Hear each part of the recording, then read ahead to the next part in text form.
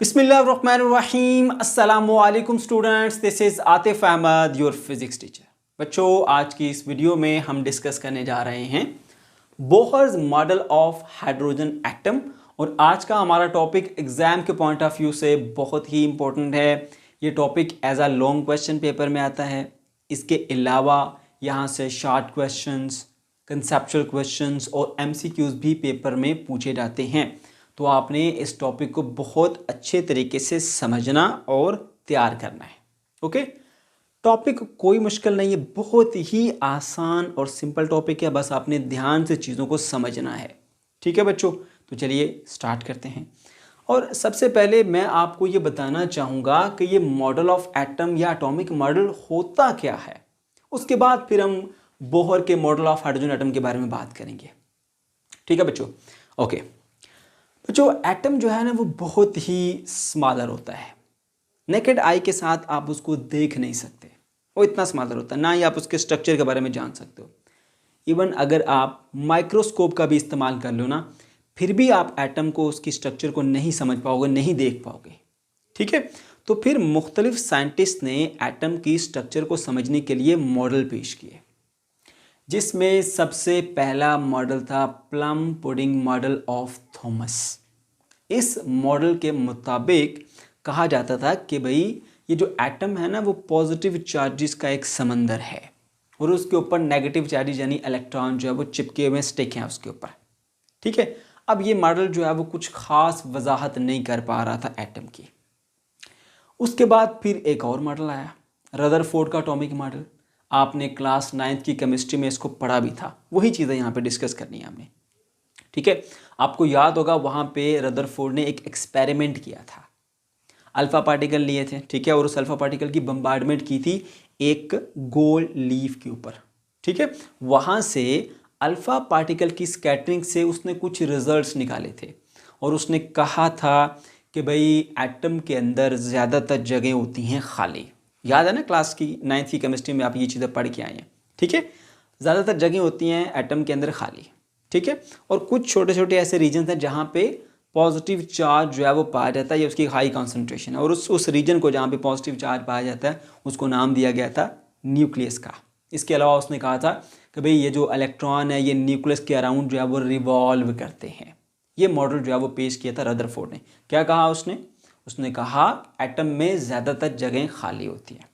ठीक है, और पॉजिटिव जो चार्ज होता है वो एटम के अंदर एक ख़ास रीजन के अंदर सारा कन्फाइंड होता है। ठीक हो गया।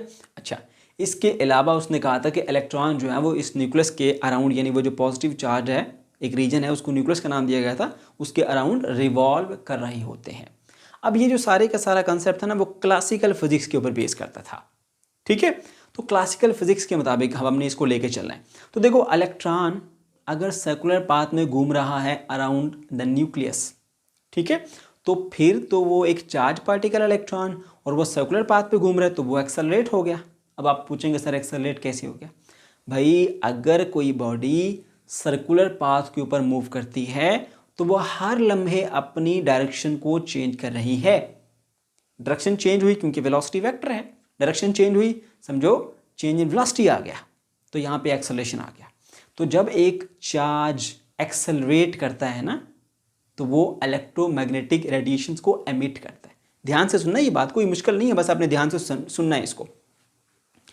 इलेक्ट्रॉन अगर न्यूक्लियस के अराउंड ऐसे ऐसे घूमता है, ठीक है, तो इसका मतलब यह है कि चार्ज एक्सेलरेट हो रहा है क्योंकि डायरेक्शन चेंज कर रहा है। यहाँ डायरेक्शन ऐसी थी, फिर ऐसे, फिर ऐसे, फिर ऐसे, फिर ऐसे, हर लम्हे अपनी डायरेक्शन को चेंज कर रहा है। तो जब डायरेक्शन चेंज हो गई तो मतलब वेलोसिटी चेंज हो गई।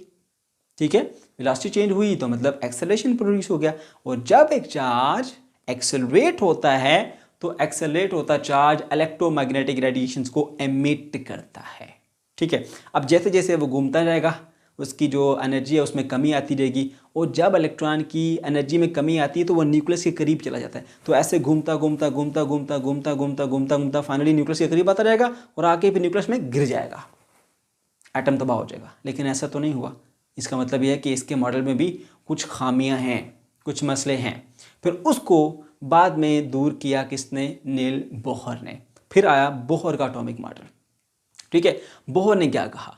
बोहर ने कहा कि भाई ये जो एटम की स्ट्रक्चर है ना कुछ इस तरह से जैसे आपका प्लेनेटरी सिस्टम है ना, एक सन है सेंटर में, उसके अराउंड बाकी जो प्लैनेट है लाइक अर्थ हो गई या बाकी मार्स हो गया, वो सारे उसके अराउंड ऐसे रिवॉल्व कर रहे हैं।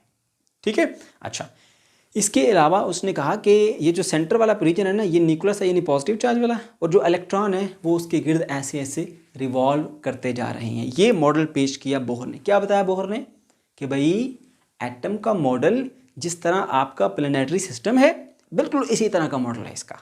वहाँ पे सूरज है और सूरज के गिर्द बाकी सारे जो सियारे हैं वो घूम रहे हैं, ज़मीन घूम रही है, मरीख घूम रही है सारे। ठीक है, इसी तरह यहाँ पर सेंटर में एक न्यूक्लियस है और उसके अराउंड इलेक्ट्रॉन जो है वो रिवॉल्व कर रहे हैं। ठीक है, अच्छा अब ये जो इसकी थ्योरी थी ना बोहर की, ये कंप्लीटली क्लासिकल थ्योरी नहीं थी। इसने क्लासिकल फिजिक्स और प्लैंक्स क्वांटम थ्योरी को मिला के इन दोनों का इस्तेमाल करते हुए थ्योरी जो है वो बनाई थी। ठीक है, और कुछ पास्टुलेट उसने पेश किए थे एटम से रिलेटेड, तो मैं आपको भी यहाँ पे वन बाय वन एक्सप्लेन करूँगा। ठीक है, सबसे पहले हम इसको देख लेते हैं कि पेपर में हमने इसको लिखना कैसे है। तो यहाँ पर मैंने सारा बोर्ड रेडी किया हुआ है, आप इसका एक स्क्रीनशॉट ले सकते हैं और इसी तरह से इन पॉइंट्स को अपने पास नोट कर लीजिए। ठीक है, और पेपर में जाने से पहले आसानी से आप इसको रिवाइज कर पाएंगे। ये बिल्कुल शॉर्टेस्ट नोट्स हैं आपके। अच्छा जी, तो यही बातें अब यहाँ पर मैंने लिखी है, मैं वन बाय वन आपको एक्सप्लेन करता हूँ। The Danish physicist Niels Bohr in 1923 suggest that the atom resembled planetary system. Atom का जो मॉडल है ना वो ऐसे ही है जैसे आपका प्लेनेटरी सिस्टम है। ये बात की थी नील बोहर ने, कब? 1923 में। ठीक है, with electrons circulating about the nucleus like planets orbiting the sun। इसमें जिस तरह सन के अराउंड बाकी सारे प्लैनेट रिवॉल्व कर रहे होते हैं, इसी तरह से न्यूक्लियस के अराउंड सारे इलेक्ट्रॉन जो है वो रिवॉल्व कर रहे होते हैं। ठीक है, दूसरी बात जो आपने यहाँ पे याद रखनी है, Bohr formulated a model of hydrogen atom using the classical physics as well as Planck's quantum theory. ये इसकी थ्योरी सिर्फ क्लासिकल फिजिक्स पर बेस नहीं करती थी बल्कि दोनों का मिक्सचर थी, इसीलिए इसको कहा जाता है सेमी क्लासिकल थ्योरी। ये सेमी क्लासिकल थ्योरी है, ना मुकम्मल तौर पर क्लासिकल फिजिक्स है ना मुकम्मल तौर पर ये क्वांटम, बल्कि इन दोनों का मिक्सचर है। सेमी क्लासिकल थ्योरी पर बेस करता था इसका ये मॉडल। ये पॉइंट अक्सर ऑब्जेक्टिव में पूछा जाता है, इसीलिए मैंने यहाँ पर लिखा ताकि आपको ये चीज़ याद रहे। ठीक है, अब एक ड्रॉबैक भी है इस मॉडल का कि जो छोटे एटम्स हैं ना, ठीक है, लाइक हाइड्रोजन हो गया, हीलियम हो गया, लिथियम हो गया, उनको तो ये बहुत अच्छे तरीके से एक्सप्लेन करता है। लेकिन जहाँ पर थोड़े बड़े आइटम आ जाते हैं, ज़्यादा इलेक्ट्रॉन वाले कॉम्प्लेक्स आइटम्स आ जाते हैं, तो फिर वहाँ पर ये मॉडल जो है वो थोड़ा सा लैग करता दिखाई देता है। वहाँ पर ये समझ लीजिए कि फेल हो जाता है। ठीक है, तो इसलिए मैंने यहाँ पर ये पॉइंट लिखे ताकि आपको ये पता होना चाहिए। This model can be applied to the smaller atoms like hydrogen, helium, lithium, इन सब के ऊपर ये अच्छे से अप्लाई होता है। ठीक है, however it does not properly describe the spectra of the complex atoms and ions। जो कॉम्प्लेक्स एटम्स हैं, जो कॉम्प्लेक्स आइंस हैं, उनको ये प्रॉपरली एक्सप्लेन नहीं कर सकता। ठीक है, ओके, तो अब इस मॉडल के ना कुछ पास्टुलेट्स हैं, वो पास्टुलेट 3 पास्टुलेट्स हमें जो है वो ध्यान रखने हैं। ये सबसे आपका मेन जो पार्ट है इस लेक्चर का वो यहाँ से स्टार्ट हो जाता है। 3 पास्टुलेट्स आपने अच्छे से समझने हैं जरा। पास्टुलेट नंबर 1 क्या है? क्या कहता है जी नील बोहर? 3 पास्टुलेट में, पहले पास्टुलेट में ये कहता है कि भाई ये जो इलेक्ट्रॉन है ना वो एक एनर्जी के एक जो ऑर्बिट है ना, एनर्जी लेवल कह लें या ऑर्बिट कह लें, उसके अंदर रिवॉल्व करता रहता है, स्पाइरल शेप में नहीं मूव करता। जैसे रदरफोर्ड के मुताबिक जो है वो ऐसे पहले बड़े दायरे में, फिर ऐसा ऐसा न्यूक्लियस के करीब, फिर और करीब, फिर और करीब, फिर और करीब, और फाइनली न्यूक्लियस में गिर जाता है। इसने कहा कि भाई जो इलेक्ट्रॉन है वो एक सर्कुलर पाथ के ऊपर मूव करता है अराउंड द न्यूक्लियस। ठीक है, और जब ये एक सर्कल में रहता है तो एनर्जी को रेडिएट नहीं करता, एनर्जी को रेडिएट नहीं करता, और इस एनर्जी लेवल को कहा गया स्टेशनरी स्टेट। इसको स्टेशनरी स्टेट का नाम दिया गया। ठीक है, क्योंकि इसके अंदर रहते हुए इलेक्ट्रॉन एनर्जी को एमिट नहीं करता, ना ही वो एब्जॉर्ब करता है। समझ गए? अच्छा, इसके अलावा उसने ये एक्सप्लेन किया कि देखो हर बॉडी को सर्कुलर पाथ के ऊपर मूव करने के लिए एक सेंट्रीपिटल फोर्स रिक्वायर्ड होती है। इस इलेक्ट्रॉन को भी न्यूक्लियस के अराउंड सर्कुलर पाथ में मूव करने के लिए सेंट्रीपिटल फोर्स चाहिए होगी। तो इन्होंने कहा कि पॉजिटिव न्यूक्लियस और नेगेटिव इलेक्ट्रॉन के दरमियान जो एक electrostatic force of attraction develop होती है, वो फोर्स ऑफ अट्रैक्शन एक्ट करती है एज अ सेंट्रीपिटल फोर्स, जिसकी वजह से इलेक्ट्रॉन जो है न्यूक्लियस के अराउंड ऐसे रिवॉल्व करता है।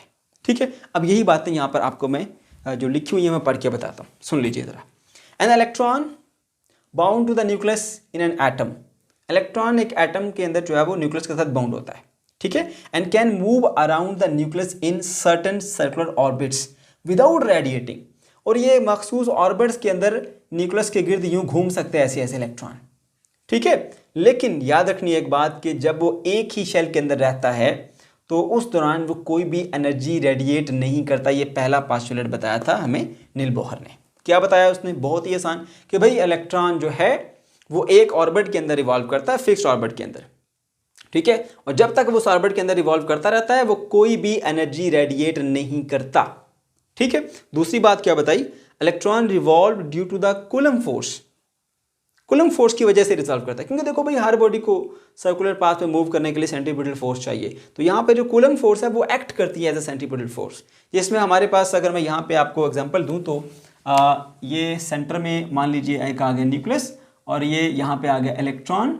इलेक्ट्रॉन सर्कुलर पाथ पे से घूम रहा है, तो इनके दरमियान जो एक फोर्स ऑफ अट्रैक्शन डेवलप हो जाती है वो फोर्स ऑफ अट्रैक्शन जो है वो एक्ट करती है एज अ सेंट्रीपिटल फोर्स, जिसकी वजह से इलेक्ट्रॉन जो वो घूम रहे हैं। तो इसी बेस के ऊपर हमने एक छोटी सी मैथमेटिकल डेरिवेशन भी लिख देनी है इसकी कि आपके पास जो सेंट्रीपिटल फोर्स है जो कि इस इलेक्ट्रॉन को न्यूक्लियस के गिर्द घुमाने के लिए चाहिए वो आपको प्रोवाइड करता है कूलम फोर्स। दोनों के फार्मूले आपको आते हैं, आप सीख के आए हैं, क्लास 11 में भी सीखा, क्लास 9 में भी सीखा इसको आपने।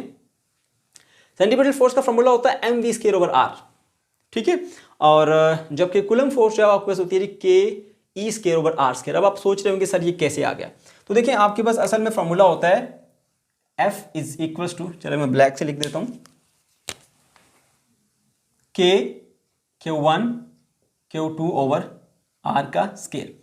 अब देखिए यहां पर जो है वो क्योंकि हाइड्रोजन एटम है, ठीक है, तो हाइड्रोजन एटम के अंदर सिर्फ एक प्रोटॉन ही होता है।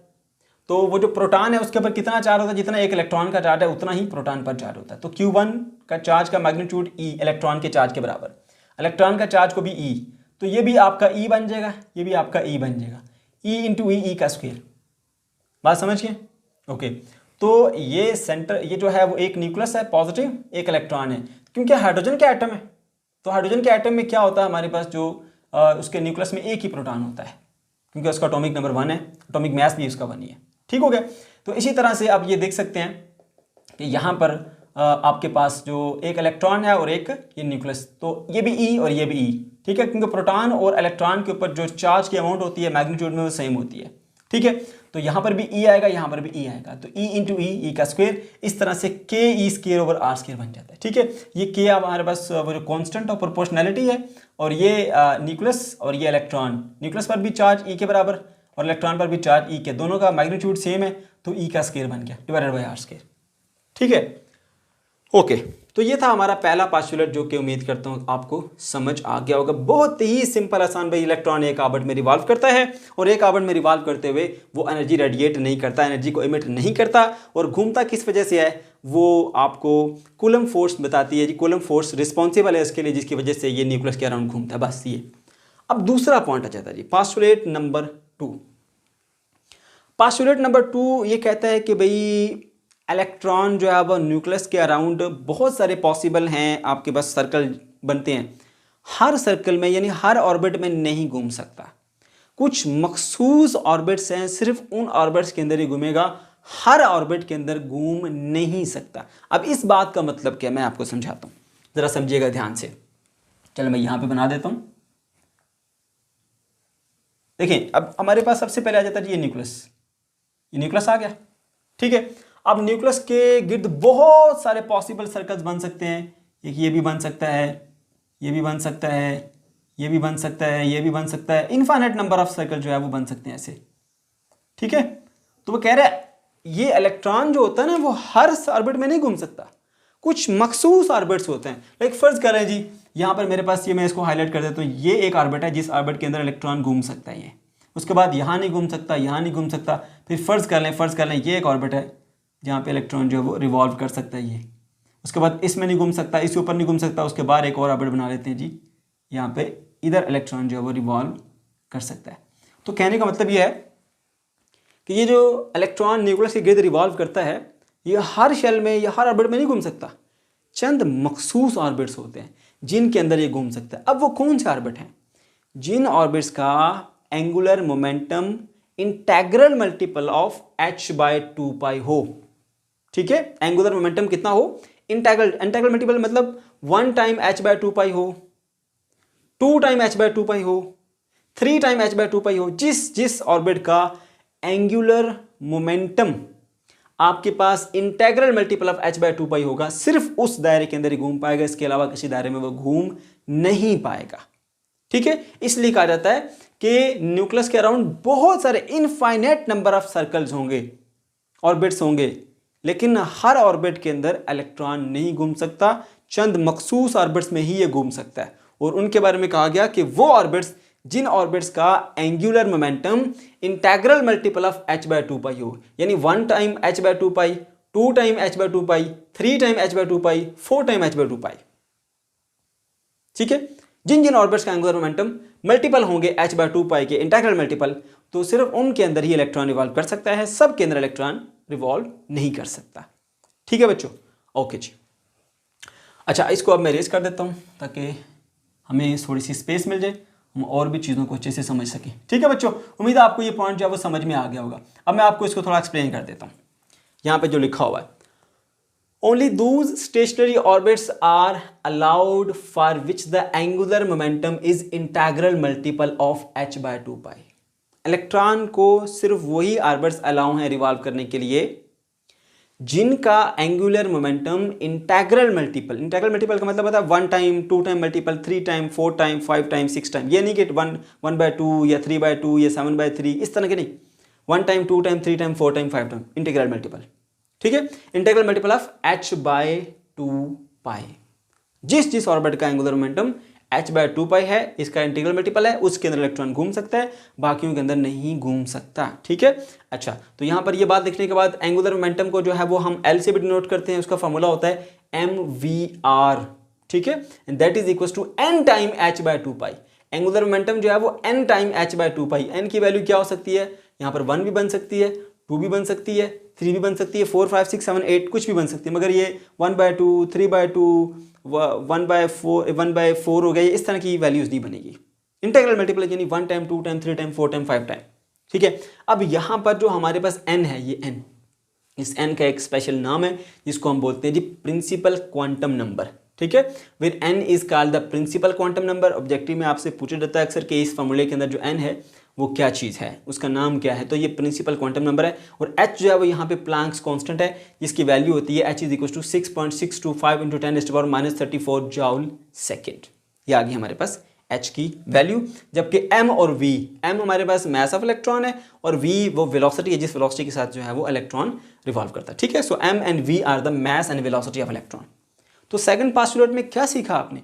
सेकंड पोस्टुलेट में ये सीखा कि भाई ये जो इलेक्ट्रॉन है वो न्यूक्लियस के गिर्द हर सर्कल में नहीं घूम सकता।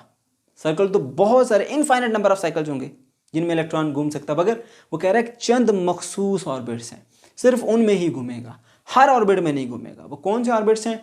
वो ऑर्बिट जिनका angular momentum integral multiple of h/2 है। ठीक है, अच्छा, अब इसकी जो जस्टिफिकेशन जो है वो बोहर नहीं दे सका कि आखिर ऐसा क्यों है, किस वजह से है, ये कुछ नहीं बताया बोहर ने। इसकी भी कोई खास वजाहत बोहर ने नहीं दी, बस इसने ये कुछ पोस्टुलेट पेश किए कि ये ऐसा ऐसा होता है। फिर उसकी वजाहत जो है वो डी ब्रॉय ने की थी, वो मैं आपको बताऊंगा। ये यहाँ पर डेरिवेशन भी है उसकी कि किस तरह से ये फार्मूला बन गया है और उसको कैसे पता चला। बस उसने ये कह दिया कि भाई ऐसा होता है। ठीक है, किस तरह होता है, क्या उसकी लॉजिक है, क्या रीज़न है, वो इसने नहीं बताई। वो फिर आगे एक्सप्लेन किया डी ब्रॉय ने, इसीलिए मैंने डी ब्रॉय का टॉपिक भी यहाँ पे साथ लिखा ताकि आपका कॉन्सेप्ट जो वो एक कंप्लीट हो जाए। ठीक है, तो सीख लिया आपने पोस्टुलेट 2 में क्या देखा, इलेक्ट्रॉन हर ऑर्बिट में नहीं घूम सकता, सिर्फ उनमें घूमेगा जिनका एंगुलर मोमेंटम h/2 है, मल्टीपल ऑफ h/2। ठीक है, अच्छा चलिए फिर हम आते हैं जी पोस्टुलेट नंबर 3 में। तो पोस्टुलेट नंबर 3 में वो क्या कहता है, इलेक्ट्रॉन, ये बहुत ईजी सिंपल सा है कि भाई इलेक्ट्रॉन एनर्जी जो है वो इमिट कब करता है, ये एटम एनर्जी को कब रिलीज करेगा, जब इलेक्ट्रॉन एक हायर स्टेट से लोअर स्टेट में आएगा, एक हाई एनर्जी लेवल से लोअर एनर्जी लेवल में आएगा, तब इलेक्ट्रॉन एनर्जी को एमिट करेगा, रेडिएट करेगा। अगर वो एक में घूम रहा है तो कोई एनर्जी इमिट नहीं करेगा। बड़े लेवल से छोटे लेवल में आएगा तो एनर्जी को एमिट करता है, नीचे से ऊपर जाएगा तो एनर्जी को एब्जॉर्ब करता है। बात समझिए, ये बात याद रखनी है कि इलेक्ट्रॉन जब तक एक ही साइकिल में घूमता रहेगा कोई एनर्जी इमिट नहीं करता। जब वो ऊपर वाले साइकिल से नीचे वाले साइकिल में आता है, बड़े लेवल से छोटे लेवल में आएगा, फिर वो एनर्जी इमिट करेगा। ठीक हो गया? ओके, तो वो एनर्जी कितनी होगी, जितना दो एनर्जी लेवल का डिफरेंस होगा उतनी ही एनर्जी वो एमिट करेगा। ठीक हो गया। तो यहाँ पर देखिए मैंने लिखा भी है, an electron in the stationery orbit does not radiate energy. एक स्टेशनरी ऑर्बिट के अंदर जब तक इलेक्ट्रॉन है वो कोई भी एनर्जी को इमिट नहीं करता। Atom radiate energy when electron jump from a higher energy level, energy state कह लें या एनर्जी लेवल कह लें, E N to the lower energy state E P. High energy level E N से lower energy level E P में जब आता है तो फिर वो एनर्जी को इमिट करता है। ठीक है, जो कि हमारे पास इक्वल होती है difference of the two level. ठीक है, और उस एनर्जी को हम डिनोट करते हैं जी E is equal to H F से, और ये एनर्जी बराबर होती है difference of two energy level, यानी कि एक जिस स्टेट से वो आ रहा है, नंबर 2 जिस स्टेट में वो जा रहा है। तो यहाँ पे आप देख सकते हैं जो डिफरेंस है डेल्टा ई वो हमारे पास E N minus E P है, और जितना इन दोनों लेवल का डिफरेंस है उतनी ही एनर्जी यहाँ पे फोटोन की इमिट होगी। तो एच एफ इतनी एनर्जी का फोटोन जो है वो इमिट होगा is equal to E N minus E p मैंने लिख दिया। तो ये 3 पोस्टुलेट थे हमारे जो कि बोहर ने बताई, बोहर के मॉडल के मुताबिक। मैं फिर बता देता हूँ आपको, 3 बातें की गई हैं। ठीक है, 2 आपको अच्छे से एक्सप्लेन कर चुका हूँ। तीसरा पॉइंट उसने कहा कि जब तक इलेक्ट्रॉन एक साइकिल में रहेगा भाई कोई एनर्जी इमिट नहीं होने वाली। जब वो बड़े लेवल से छोटे लेवल में आएगा तब वो एनर्जी इमिट करेगा। ठीक है, और कितनी एनर्जी इमिट करेगा? जितना 2 लेवल का डिफरेंस है ना, एनर्जी लेवल का जितना डिफरेंस है उतनी ही एनर्जी इमिट करेगा। 2 लेवल के डिफरेंस के बराबर एनर्जी इमिट होती है। तो यहाँ पे आप देख सकते हैं E N minus E p, एक ये एनर्जी लेवल एक ये एनर्जी लेवल, जितना इनका डिफरेंस है उतनी ही एनर्जी इमिट हुई। बस इतना सा काम है। अच्छा, अब बोहर जो है उसने पोस्टुलेट दे तो दिए थे मगर इसकी पूरी वजाहत बोहर ने नहीं की। फिर इसको एक्सप्लेन किया था किसने जी? डी ब्रॉय ने। डी ब्रोगली भी पढ़ा जाता है इसको, वैसे असल में जो है डी ब्रॉय लफ्ज़ है। ठीक है, डी ब्रॉय की इंटरप्रिटेशन है जी बोहर के जो स्पेशली उसका जो बोहर का ऑर्बिट है उसके बारे में। ठीक है, अब ध्यान से बातें ज़रा सुननी है, जो बातें यहाँ पर हुई हैं उनकी वजाहत जो है वो यहाँ पर आपको मिल जाएगी। ठीक है, अच्छा अब अगर आपको याद हो तो डी ब्रॉय की हमने एक थ्योरी पढ़ी थी। डी ब्रॉय का कंसेप्ट ये है कि वो कहता है कि अगर जो लाइट है एक वेव है वो एक्ट कर सकती है एज अ पार्टिकल, जैसा कि आपने फोटो इलेक्ट्रिक इफेक्ट में देखा कि light as a particle behave करती है। ठीक है ना। अच्छा, अगर लाइट जो कि एक वेव है वो एज अ पार्टिकल बिहेव कर सकती है तो फिर जो पार्टिकल है वो भी एज अ वेव एक्ट करना चाहिए। ये उसका कंसेप्ट था। उसने इसको प्रूव भी करके दिया। उसने बताया कि जो मटेरियल है उसकी डुबल नेचर, यानी जो पार्टिकल है वो एज अ वेव भी बिहेव कर सकता है। ठीक हो गया।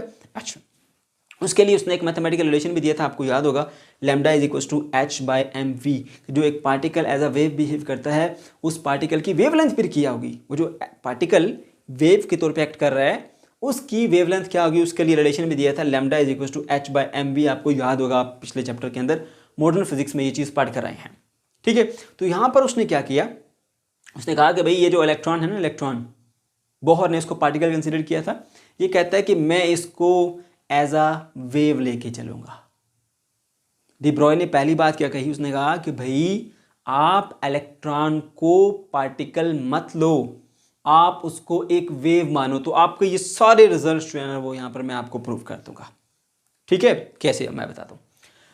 ये बात आपको समझ में आ गई कि भाई ये जो डी ब्रॉय है ये इस चीज़ पे यकीन रखता है। इसने प्रूव भी करके दिया कि आपके पास जो मटेरियल है वो भी, या जो मैटर है वो भी एज अ वेव एक्ट करता है। उसकी वेवलेंथ के लिए भी रिलेशन आपको ये उसने करके दिया था अपने इस टॉपिक में जो हम पढ़ चुके हैं इससे पहले मॉडर्न फिजिक्स में।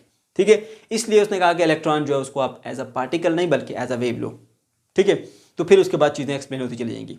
अब यहाँ पे मसला ये था कि भाई इलेक्ट्रॉन जो है वो अगर सर्कुलर पाथ के अंदर मूव करता जा रहा है, ठीक है, तो सर्कुलर पाथ के अंदर अगर ये इलेक्ट्रॉन, ये चार्ज पार्टिकल जब मूव करेगा तो एक्सेलरेट होगा तो वह एनर्जी इमिट करेगा। एनर्जी इमिट करेगा तो उसकी एनर्जी कम होती चली जाएगी, एनर्जी कांस्टेंट नहीं रहनी चाहिए।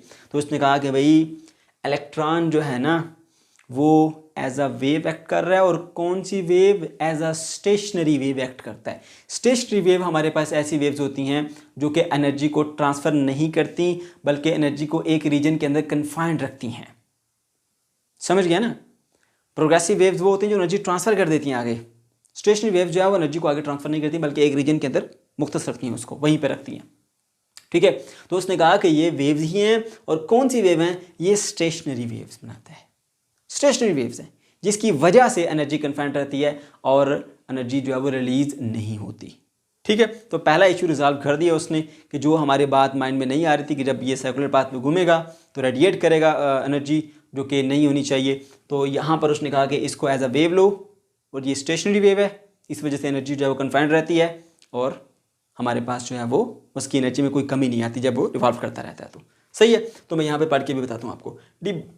D Broglie considered electron as a wave instead of particle. उसने कहा कि पार्टिकल की बजाय इसको वेव लो। ठीक है, दूसरी बात, according to de Broglie electron is a stationary wave, that's why it does not radiate energy while orbiting.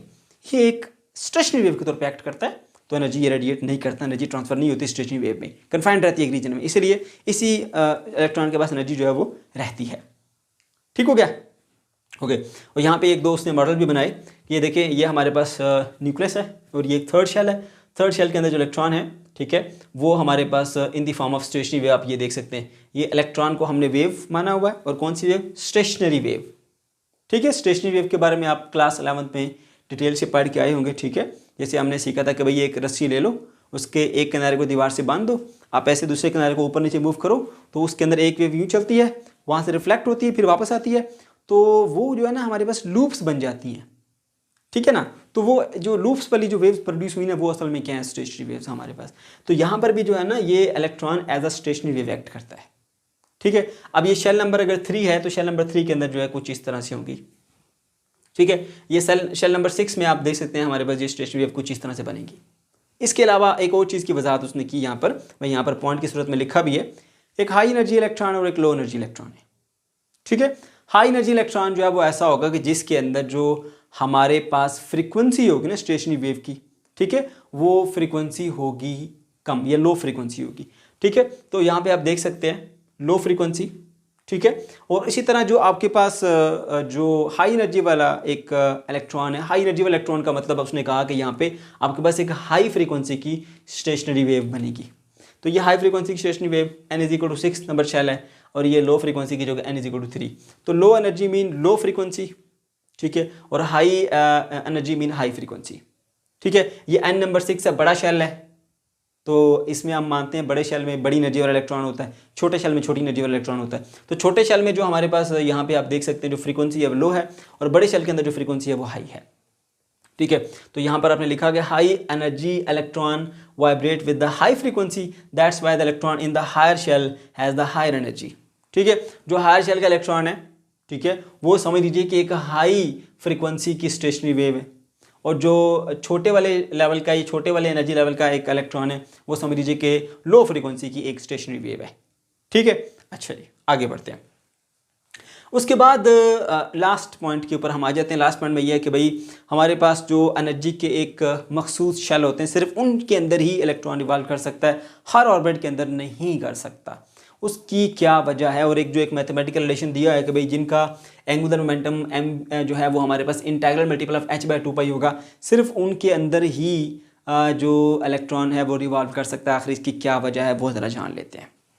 ठीक है, तो ये पॉइंट की सूरत में पहले लिखिए कि electron only revolve in a certain energy level, मखसूस एनर्जी लेवल में ही इलेक्ट्रॉन घूम सकता है, हर एनर्जी लेवल में इलेक्ट्रॉन घूम नहीं सकता। अब बात ज़रा बिल्कुल ध्यान से सुनिएगा, थोड़ा सा अब यहाँ पे क्रिटिकल पॉइंट है, ये देखिएगा भाई। देखो, आपके पास इलेक्ट्रॉन सिर्फ उस शेल में घूमेगा जिसका एंगुलर मोमेंटम हमारे पास h/2π का मल्टीपल है, इंटीग्रल मल्टीपल। ठीक है, अब दूसरे वे में अगर इसको देखें तो कहा जाता है कि भाई इलेक्ट्रॉन, या ये जो हम उसको एज अ स्टेशनरी वेव ले रहे हैं, तो ये स्टेशनरी वेव आपकी एग्जिस्ट ही तब करेगी जब आपके पास इस सर्कल की, ये जो सर्कल बन रहा है, इसकी circumference integral multiple of lambda हो। यानी जो सरकमफेरेंस है ना, मैं इसको यहाँ पे c से लिख देता हूँ, circumference c = integral multiple of lambda हो, अदरवाइज आपकी स्टेशनरी वेव एग्जिस्ट नहीं कर सकती। पहले ये बात ध्यान रखो। हमने कहा कि ये electron as a wave act करता है और as a stationary wave act करता है। तो अगर हम इसको ये मानते हैं कि as a stationary wave act करता है, तो स्टेशनरी वेव आपकी उसी सूरत एग्जिस्ट करेगी कि अगर इसकी circumference integral multiple of lambda, यानी इसकी सरकमफेरेंस की वैल्यू जो लेंथ है वो 1 लैम्डा के बराबर हो सकती है, 2 लैम्डा के बराबर हो सकती है, 3 लैम्डा के बराबर हो सकती है, 4 लैम्डा के बराबर हो सकती है, 5 लैम्डा के बराबर हो सकती है, मगर ये नहीं कि कोई भी वैल्यू आप ले लो।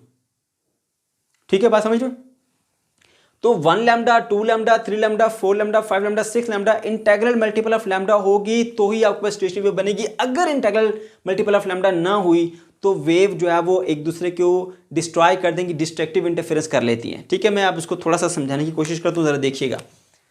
मैं यहाँ पे इसको मिटा देता हूँ।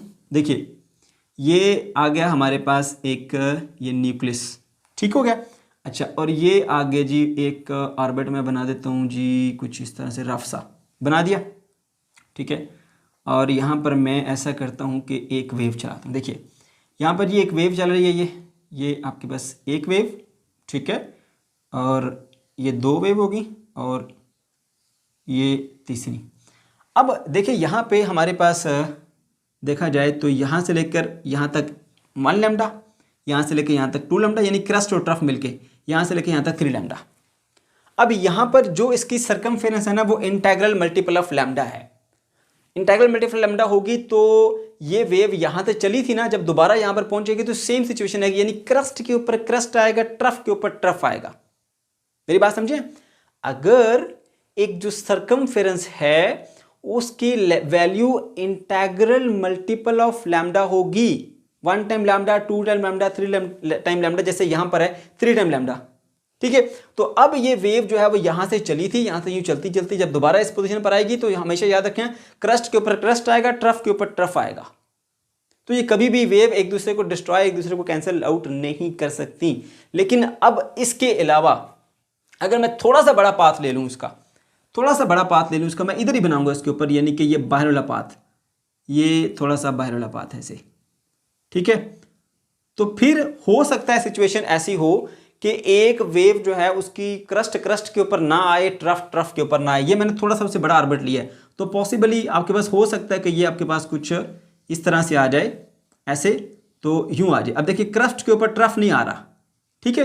तो कहने का मतलब ये है कि अगर आपके पास ये circumference integral multiple of lambda होगी तो फिर यहां पे डिस्ट्रक्टिव इंटरफेरेंस का चांस खत्म हो जाता है, क्रस्ट पर आता है, ट्रफ पर आता है और वेव इसी तरह से आगे बढ़ती रहती है। लेकिन अगर उससे थोड़ा सा बड़ा सरकमफेरेंस हम ले लें, कोई उससे थोड़ी बड़ी वैल्यू, तो फिर पॉसिबल है कि आपका क्रस्ट ट्रफ पर आ जाए और वो वेव एक दूसरे को डिस्ट्रॉय कर दें, ठीक है, और वहां पर फिर स्टेशनरी वेव एग्जिस्ट नहीं करेगी। तो कहने का मतलब ये जो आपने पॉइंट याद रखना है वो सिर्फ इतना याद रखना है कि भाई स्टेशनरी वेव आपके पास इस सर्कुलर ऑर्बिट में तभी पॉसिबल होगी अगर ये इस सर्कल का circumference integral multiple of lambda होगा।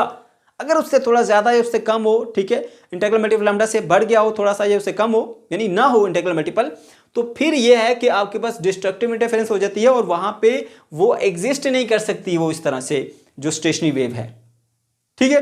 मैं बार बार बता रहा हूं इस पॉइंट को, फिर मैं बता देता हूं आपको बच्चों कि आपने इतनी बात याद रखनी है कि स्टेशनरी वेव आपकी एग्जिस्ट ही तब करेगी अगर आपका ये जो सर्कुलर पाथ है, ये सरकमफेरेंस है, वो इंटीग्रल मल्टीपल ऑफ लैम्डा हो, 1 time lambda, 2 time lambda, 3 time lambda, 4 time lambda, 5 time lambda. अगर ऐसा होगा तो एक वेव जब एक चक्कर मुकम्मल करके यहां से यूं आएगी तो क्रस्ट के ऊपर क्रस्ट आएगा, ट्रफ के ऊपर ट्रफ आएगा और वेव एक दूसरे को डिस्ट्रॉय नहीं करेगी। अगर इंटीग्रल मल्टीपल से थोड़ी ज्यादा वैल्यू या थोड़ी कम वैल्यू लेंगे आप, ठीक है, तो उससे फिर ये होगा कि एक वेव का क्रस्ट दूसरी वेव के जब वो घूम के दोबारा आएगी तो क्रस्ट पे क्रस्ट नहीं आएगा, ट्रफ पे ट्रफ नहीं आएगा, वो एक दूसरे को डिस्ट्रॉय करके खत्म कर देंगी। इसलिए आपके पास स्टेशनरी वेव एग्जिस्ट ही तब करेगी जब आपके पास ये जो सरकमफेरेंस है वो इंटीग्रल मल्टीपल ऑफ लैम्डा होगी, ठीक है। उम्मीद करता हूं ये पॉइंट थोड़ा सा मुश्किल है लेकिन आपको समझ आ गया होगा, ठीक है।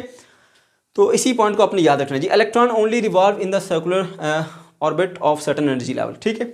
तो अब क्योंकि डी ब्रॉय ने इसको एक्सप्लेन किया तो डी ब्रॉय का ही एक मैथमेटिकल फार्मूला जो कि उसने डुबल नेचर के ऊपर बनाया हुआ था कि भाई मैटर जो है वो एज अ वेव भी एक्ट करता है और एज अ पार्टिकल भी एक्ट करता है, ठीक है। जिसमें light as a wave act करती है, एज अ पार्टिकल एक्ट करती है, और जो पार्टिकल है उसकी जो वेवलेंथ है, जब वो एज अ वेव एक्ट करेगा उसकी वेवलेंथ कितनी होगी, lambda is equal to h/m/v, ये फार्मूला उसने दिया था, ठीक है। इसको हम यहाँ पे ड्राइव नहीं करेंगे, ये हम पहले सीख चुके हैं पिछले लेक्चर्स के अंदर। अगर आपने नहीं सीखा इसको तो आप मॉडर्न फिजिक्स की प्लेलिस्ट में जाके इसको समझ सकते हैं, ठीक है। अच्छा जी, तो सरकमफेरेंस आपके पास जो पॉसिबल सरकमफेरेंस है वो आपके पास integral multiple of lambda, otherwise आपके पास स्टेशनरी वेव बन ही नहीं सकती, ठीक है। तो आपके पास इंटीग्रल मल्टीपल ऑफ लैम्डा होगा यहाँ पे, यानी n time lambda is the circumference, ठीक है। और सरकमफेरेंस का फॉर्मूला क्या होता है, 2πr, मैंने यहाँ पर लिख के बताया था आपको, ये मैंने लिखा है जी 2πr, integral multiple of lambda, ठीक है, circumference is equal to 2πr, ठीक है। तो एक आपके पास ये रिलेशन आ गया मैथमेटिकल, एक ये आ गया, इसको मैंने यहां पर अलग लिख दिया, ठीक है ना। या इसी को रीअरेंज कर लें, n यहां मल्टीप्लाई हो रहा है, उस तरफ जाके डिवाइड कर लें, so lambda is equal to 2πr/n, ठीक है। फिर सुने, ये जो है वो हमारे पास डी ब्रोगली का एक मैथमेटिकल रिलेशन है, ठीक है, जिसमें वो कहता है कि भाई जो पार्टिकल है वो भी एज अ वेव बिहेव करता है और उस पार्टिकल से एसोसिएटेड जो वेव है उसकी वेवलेंथ कितनी होगी, lambda is equal to h by m v, इस रिलेशन से पता लग सकती है।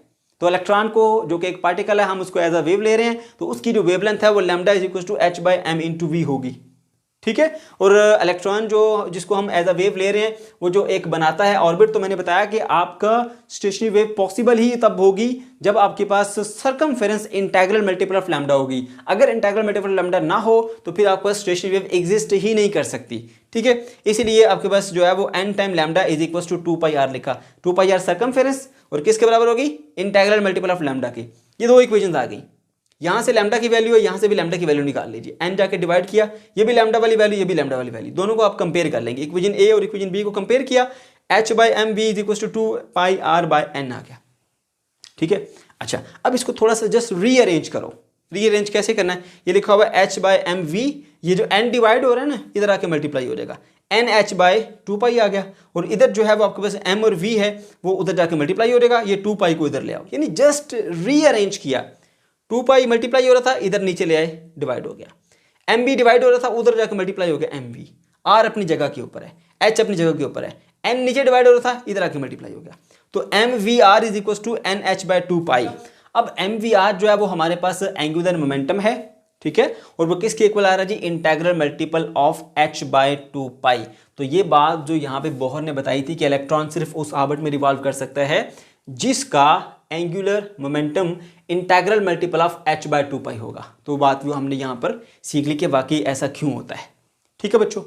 तो ये था हमारा आज का लेक्चर। अगर आपको कोई कन्फ्यूजन है या किसी किस्म का कोई प्रॉब्लम है तो कमेंट सेक्शन के अंदर आप ज़रूर पूछ सकते हैं। वीडियो अगर अच्छी लगी तो इसको ज़रूर से लाइक कीजिएगा।